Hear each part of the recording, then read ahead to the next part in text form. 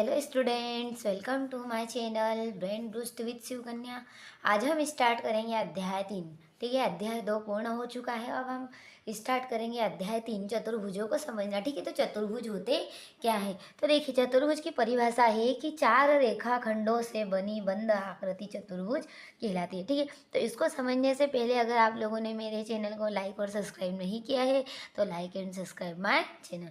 अब देखिए, चतुर्भुज क्या होता है? 4 रेखाखंडों से, देखिए ये 1 2 3 और 4 रेखाखंडों से बनी बंद आकृति। अगर 4 रेखाखंड है और वो खुली आकृति है तो वो चतुर्भुज नहीं होगा। तो 4 रेखाओं से बनी बंद आकृति क्या कहलाती है? चतुर्भुज कहलाती है। अब चतुर्भुज के प्रकार देखो, चतुर्भुज के प्रकार में होता है वर्ग, आयत। क्योंकि देखिए, वर्ग में भी 4 भुजाएं होती है, आयत में भी 4 भुजाएं होती है और बंद होते हैं। समचतुर्भुज में भी 4 भुजाएं होती हैं। समलंब चतुर्भुज है, समांतर चतुर्भुज है, पतंग है, इनमें सब में क्या होती है? 4 भुजाएं होती है। ठीक है, इसके बाद है साधारण वक्र क्या होते हैं। ठीक है, साधारण वक्र क्या होते हैं? देखिए, ऐसे चित्र या ऐसे वक्र जिन्हें हम बिना पेन या पेंसिल उठाए बना सकते हैं। जैसे देखिए, मैंने ये चित्र बनाया, एक बार में बना दिया, पेन या पेंसिल को उठाया। तो ऐसे चित्र जिन्हें हम बिना पेन या पेंसिल उठाए बना सकते हैं उसको क्या बोला जाता है? साधारण वक्र बोला जाता है। देखिए, एक और चित्र बनाया मैंने। देखिए, क्या इसमें मैंने पेन या पेंसिल को उठाया? नहीं उठाया। इसके बाद एक और चित्र है, देखिए ये, इसमें मैंने देखिए पेन या पेंसिल उठाया, तो इसको बोला जाता है साधारण वक्र। ठीक है, अब ये होता है साधारण वक्र। अब इसके बाद साधारण वक्र कौन नहीं होते हैं? तो देखिए, जैसे ये चित्र मैंने बनाया, अब ये चित्र यहाँ इसको क्या कर रहा है? यहाँ से ऐसे लाइन जो है इसको क्या कर रही है? काट रही है। ठीक है, तो ऐसे चित्र जैसे यहाँ से गया और इसको काटा, तो ऐसे चित्र जहाँ पर क्या करते हैं? कट होता है, काटते हैं, तो वो साधारण वक्र नहीं होता है।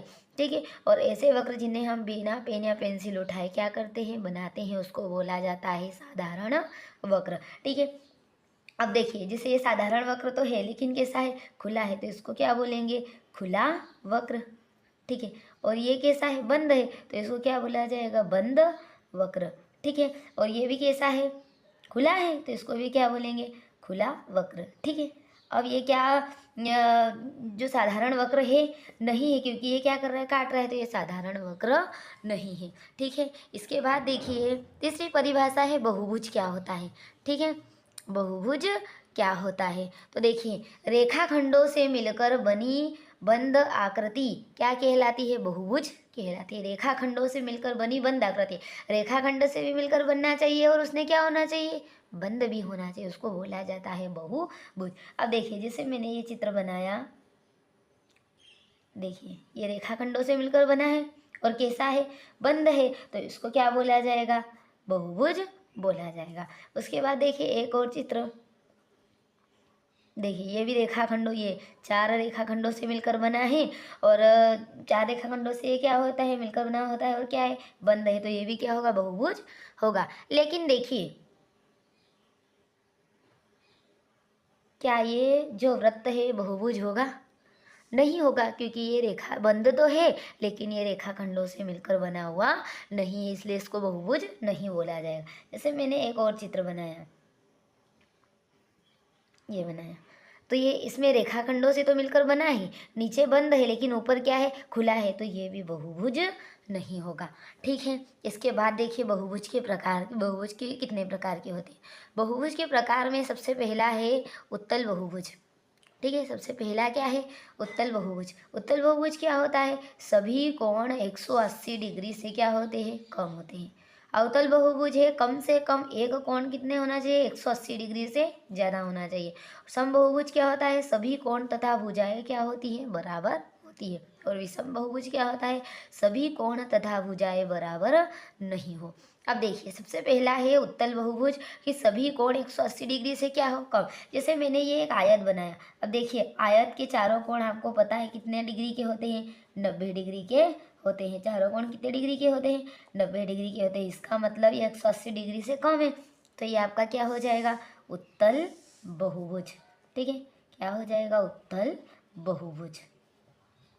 इसके बाद है अवतल बहुभुज क्या होता है, कम से कम एक कोण 180 डिग्री से ज़्यादा होना चाहिए। अब देखिए ये वाला कोण 180 से क्या है, कम है, ये भी 180 से कम है, ये भी 180 से कम है, ये भी 180 से कम है, लेकिन कम से कम एक कोण ने क्या होना चाहिए, 180 से ज़्यादा। तो ये क्या है, 180 से क्या है, ये बड़ा है एक कोण, तो इसको कौन सा बहुभुज बोला जाएगा, अवतल बहुभुज बोला जाएगा। ठीक है, इसके बाद देखिए तीसरा है समबहुभुज क्या होता है। ठीक है, तो सभी कोण तथा सभी भुजाएं क्या होना चाहिए, बराबर होना चाहिए। अब देखिए जैसे वर्ग आप लोगों ने देखा है, वर्ग की जो चारों भुजाएं होती है वो क्या होती है, बराबर होती है, और जो चारों कोण है वो कितने डिग्री के होते हैं, 90 डिग्री के होते हैं। ठीक है, तो देखो चार भुजाएं भी बराबर, चार कोण भी बराबर, तो इसको क्या बोला जाएगा, समबहुभुज। ठीक है, इसके बाद देखिए चौथा है विषम बहुभुज क्या होता है, सभी कोण तथा भुजाएं बराबर नहीं हो। अब देखिए ये भुजाएं क्या है, अलग अलग है, और ये जो कोण है वो भी क्या है, अलग अलग है, ना भुजाएं बराबर है ना कोण बराबर है, तो इसको क्या बोला जाएगा, विषम बहुभुज बोला जाएगा। ठीक है, ये बहुभुज के प्रकार आप सभी को समझ में आ गए। अब देखिए इसके बाद कोण योग गुणधर्म क्या होता है। ठीक है, चौथा है कि कोण योग गुणधर्म क्या होता है। अब इसमें देखिए कोण योग गुणधर्म में क्या होता है, ये कोण योग गुणधर्म जो होता है वो त्रिभुज पे लगता है और चतुर्भुज पे लगता है। ठीक है, आप लोगों को पता है कि इसको त्रिभुज बोला जाता है। ठीक है, इसमें 3 भुजाएं होती है और 3 क्या होते हैं, कोण होते हैं। ठीक है, तो जो त्रिभुज का कोण योग गुणधर्म होगा वो क्या होगा कि जो आप तीनों कोण है उनको क्या कर दोगे, जोड़ दोगे, तीनों कोणों को क्या करना है, जोड़ना है। ठीक है, तो देखिए तीनों कोणों को अब क्या कर देंगे, प्लस कर देंगे, ए बी और सी को। देखिए कोण ए प्लस कोण बी प्लस कोण सी, तीनों कोणों का योग कितना होता है, 180। इसको बोला जाता है त्रिभुज का कोण योग गुणधर्म। इसका मतलब त्रिभुज के तीनों कोणों को अगर जोड़ेंगे तो उनका योग कितना होगा, 180 अंश। ठीक है, अब देखिए इसके बाद चतुर्भुज। चतुर्भुज आपको पता है, चतुर्भुज में 4 भुजाएं होती हैं और 4 कोण होते हैं, तो ए बी सी और डी। ठीक है, ये कितने कोण हो गए, 4 कोण हो गए। अब जो चतुर्भुज होता है उसके चारों कोणों का योग कितना होता है, कोण ए कोण बी प्लस कोण सी प्लस कोण डी, कितना होता है, 360 अंश होता है। ठीक है, तो ये हो गया कोण योग गुणधर्म त्रिभुज के लिए और चतुर्भुज के लिए। इसके बाद कुछ सूत्र है उनको देखिए आप लोग। ठीक है,